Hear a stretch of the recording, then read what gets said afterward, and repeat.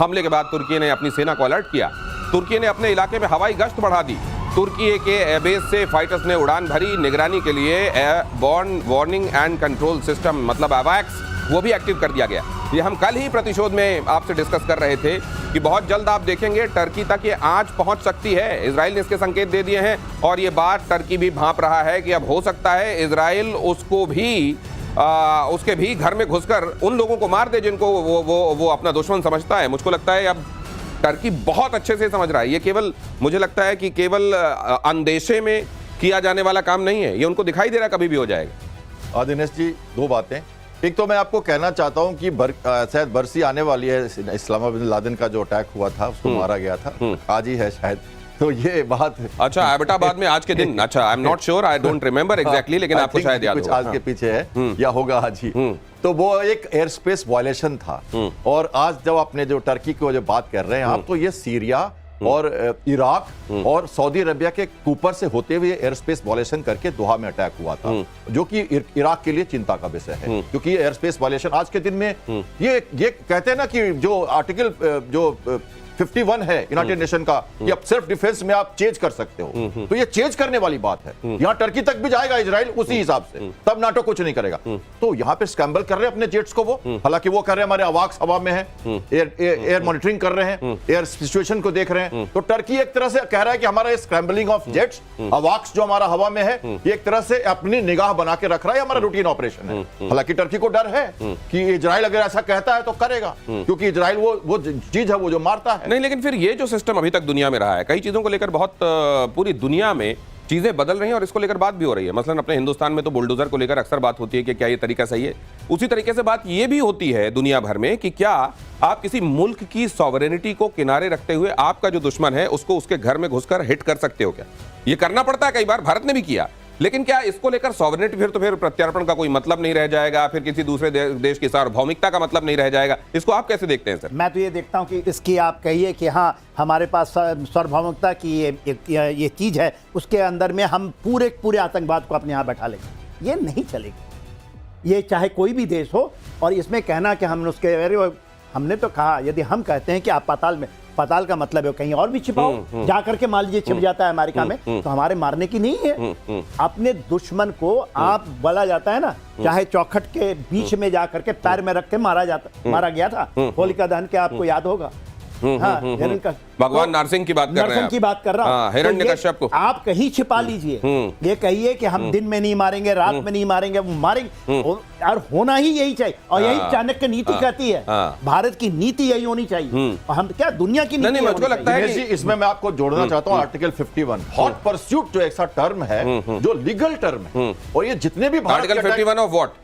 United Nation charter ये जो है ना हमारा humanitarian conflict of resolutions, conflict resolutions, war के रेगुलेशंस है यूनाइटेड नेशन का, उसका 51 कहता है आप हॉट परस्यूट कर सकते हो। तो हॉट परस्यूट में हमने तीनों अटैक किए पाकिस्तान पे, और इस बार भी जो हमने किया था टेररिस्ट अटैक हॉट परस्यूट पे था। इसको कहते हैं self defence, right to self defence में आप वो कर सकते हैं, क्योंकि उस आवेश में जब कोई किसी को अवेट कर रहा हो या हाइडिंग कर रहा हो और मारते मारते आप उसके बाउंड्री में घुस जाए, तो वही था उस्मामा बिन लादेन का अटैक, वही है ये दोहा का अटैक, और वही था भारत का अटैक। ये बिल्कुल क्लियर है। हम तो नौसेना के लोग हैं, रोज हमें हॉट परस्यूट करना पड़ता है, हमें इंटरनेशनल वाटर्स में रहना पड़ता है। एयर स्पेस वायलेशन जब हो रहा है तो पूरी दुनिया देख रही है, अब ये समझ में आ रहा है। समुद्र में रोज होता है, हमारे 12 नॉटिकल माइल। तो उस समय में क्या होता है, आप लोग सूचित करते हैं संबंधित पार्टी को, या उस समय परस्यूट में लगे होते हैं तो सूचना की आवश्यकता नहीं होती? अगेन यूनाइटेड नेशन जो अनक्लास है, जो रेगुलेशंस ऑफ लॉ एट सी है 1982 का, उसमें कहा गया है कंट्राबैंड हो या फिशिंग हो या ऐसी कोई एक्टिविटी हो, आर्म्स सबमिशंस हो, ट्रैफिकिंग हो, ड्रग ट्रैफिकिंग हो, ये हमारे एरिया में काफी होता है। So you cannot waste, you cannot afford wasting the time. पहले आपको कोई भी वॉरशिप उसको, कल आपको मैंने बताया था, कोई भी वॉरशिप उसको रोक सकता है। तो उसमें हम, और अगर वो किसी के क्षेत्र में घुस जाए, 12 नॉटिकल माइल में चला जाए, तो आप चेंज कर सकते हो और फिर वापस आ सकते हो। अगली खबर देखिए, इसी बात पर मुस्लिम देशों को भड़काने में लगा हुआ है पाकिस्तान। इजराइल के खिलाफ निकाली भड़ास। पाकिस्तान के रक्षा मंत्री ख्वाजा आसिफ का बयान, अरब देशों को पाकिस्तान सेना से सीखना चाहिए। बोले कि इजराइल मुस्लिम दुनिया को निपटाना चाहता है। कतर पर इजरायली अटैक से बौखला गया है पाकिस्तान। ऑपरेशन सिंदूर पर फिर झूठ बोले आसिफ। पाकिस्तान ने 5 गुना बड़े भारत को हराया, हमसे सीखो। एक तो इतनी बुरी पिटाई हुई है, और वहां जाकर कतर वाले मामले में कहा जा रहा है कि पूरी अब ये इसी तरीके से फूट डालो और राज करो। असल में आप जानते हैं कि मुस्लिम कंट्रीज में एक बड़ा धड़ा है जो पाकिस्तान की तरफ देखता भी नहीं। और उसके वो जो उम्मत का हवाला देकर अपने गलत को सही करना चाहता है, वो गलत और सही में तमीज करना जानते हैं और पाकिस्तान की चालें समझते हैं। लेकिन इस समय उसको क्या लग रहा है कि कतर में जिस तरीके से हमास के आतंकवादियों को मारा गया है, उसको बहाना बनाते हुए पाकिस्तान मुस्लिम देशों को एकजुट कर सकता है अपने साथ, और इस तरीके से वो टर्की का जो खिलाफत वाला ख्वाब है उसको परवान चढ़ाने में उसका सहायक हो सकता है, और ये भी कि भारत के खिलाफ अपने एजेंडे को आगे बढ़ा सकता है। ये धूर्तता में तो इनका कोई सानी है नहीं सर।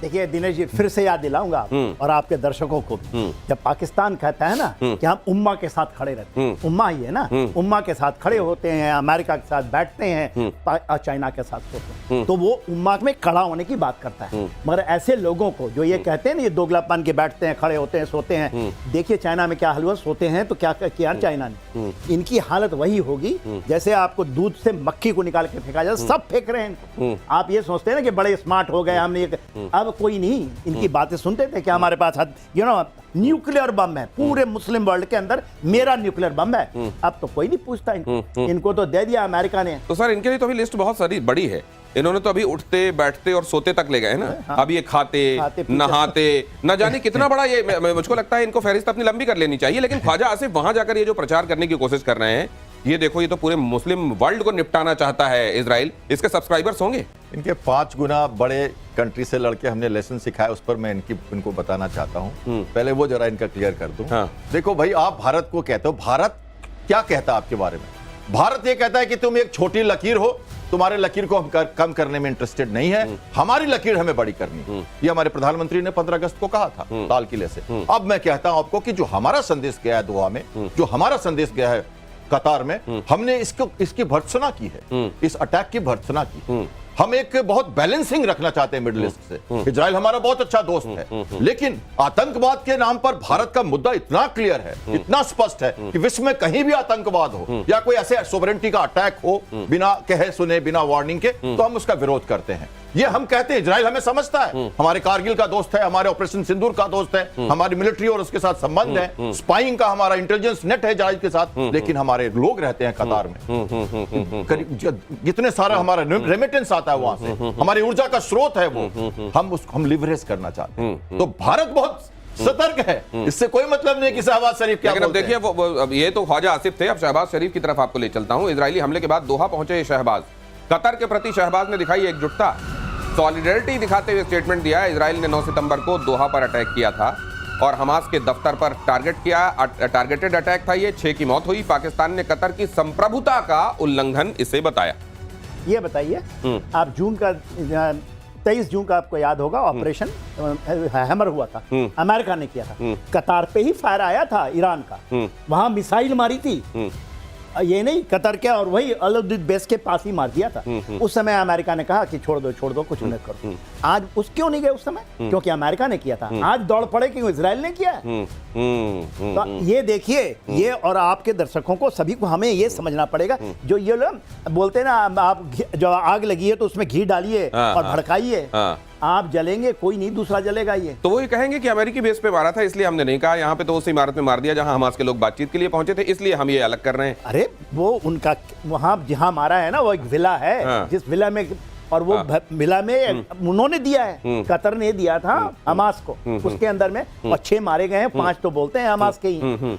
देखिए बात यह है कि ठीक है, जितना जाइए भागिए दौड़िए, आप अपने को केवल नमूना बना के ही वापस आएंगे, कुछ नहीं, कोई नहीं पूछता।